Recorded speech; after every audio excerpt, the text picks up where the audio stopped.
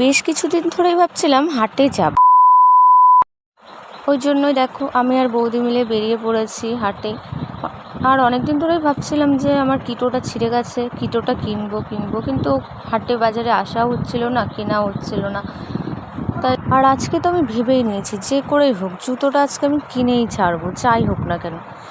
আর হাটে এসে দেখি জুতো কি কিনবো, দেখো এই জামাগুলো, এই সব কুর্তিগুলো দেখেই মনে হচ্ছে সবই যেন নিয়ে নিই।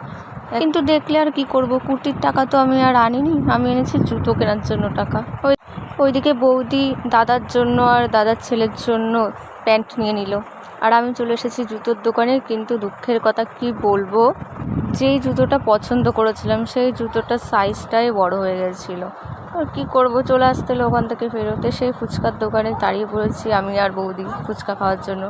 খাওয়া হয়ে গেল, এবার চলে আসলাম কসমেটিক্সের দোকানে। এসে এই যে একটা ক্লিপ নিয়েছে, একটা লিপস্টিক নিয়েছি, ব্যাস আর কিছু না। আর এখন আমরা বাড়ির দিকে যাই। আর তোমরা যদি ভিডিওটা তোমাদের ভালো লাগে তাহলে একটু লাইক কমেন্ট করো। টাটা।